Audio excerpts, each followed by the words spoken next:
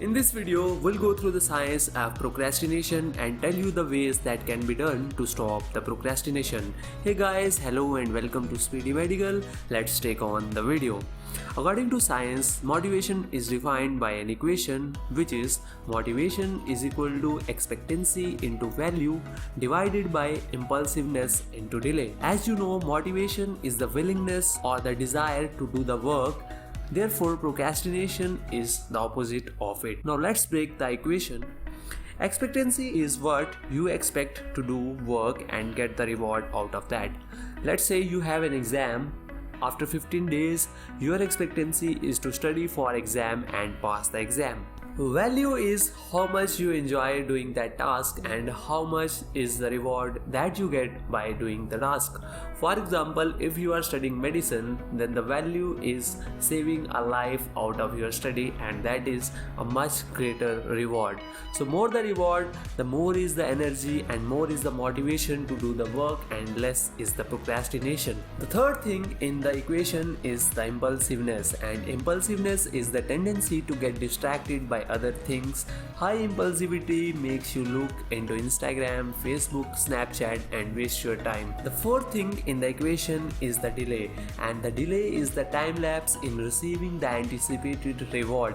The longer the delay, the more you will procrastinate because you will think that it is quite far and you have more and more time to do the work. So eventually you will end up wasting all the time and doing nothing. So by understanding this equation, we can know the tricks which we can do to increase our motivation and decrease the procrastination.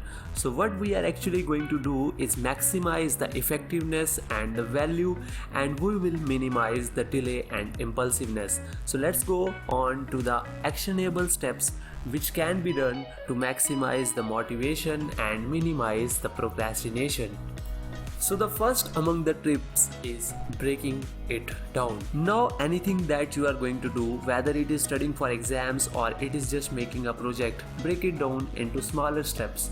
Doing so will increase your expectancy because doing smaller tasks is much easier than completing the larger projects.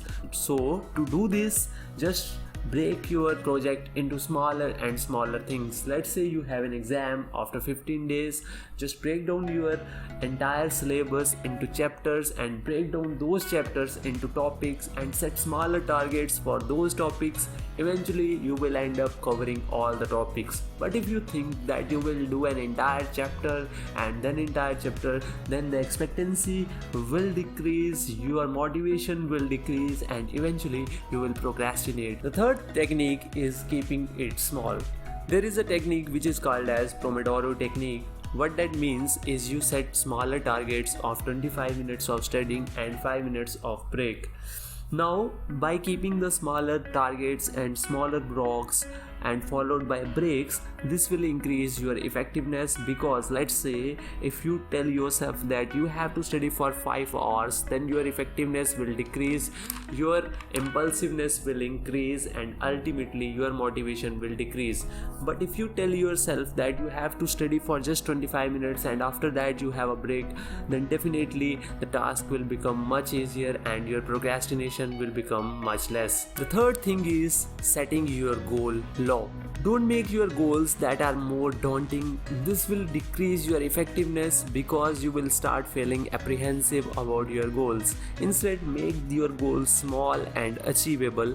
Instead of setting a goal of getting the first rank in the class, set a goal of studying daily and passing the exam. That will look more comfortable, more promising and more achievable.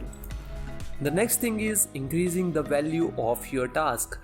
You know, value is something that you get out of the task, and it is basically the reward that you get out of your task. So you can increase the value of your task by giving yourself rewards. Now rewards can be physical and they can be mental. For example, the mental rewards are the feeling of satisfaction you get after doing the task, and physical rewards are like getting yourself a meal or going outside with the friends, and this will increase your motivation and decrease your procrastination. The fourth thing is decreasing the delay. This is very important. For example, if you assign yourself a task and you assign a time that is more than the required time for the task, then you will eventually end up wasting all the time. Instead, if you set artificial timelines for your task and you do the task in that limited time, that will not only increase your motivation but it will also increase your effectiveness and decrease the. Coming on to the last thing, that is the study environment. Guys, create a study environment that decreases your distractions. In this way, you will decrease the impulsivity and the distraction. Place your phone on an airplane mode, turn off all the notifications in the computer, in your iPad, in your Windows, and if you don't feel like studying at home, just go to a library or go to a coffee shop and start studying over there. So these were the basic science of motivation and what were the steps that you can do to stop procrastinating and increase your effectiveness and motivation. For more videos like this, do subscribe to our YouTube channel.